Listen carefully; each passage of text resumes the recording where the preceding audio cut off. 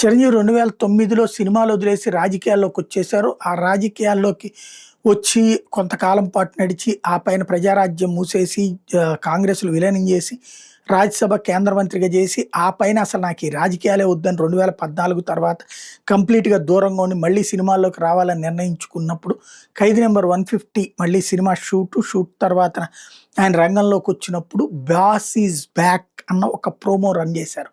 'Boss is back' అంటే మళ్ళీ cinema రంగంలోకి చిరంజీవి వచ్చారు. ఆ తర్వాత వరుసగా సినిమాలు చేసుకుంటూ పోతున్నారు.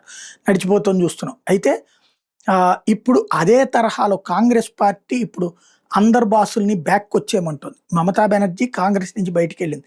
శరద్ పవార్ కాంగ్రెస్ నుంచి బయటికెళ్ళి పార్టీ పెట్టుకున్నటువంటోడే. జగన్మోహన్ రెడ్డి పార్టీ బయటికెళ్ళి పార్టీ పెట్టుకున్నటువంటోడే.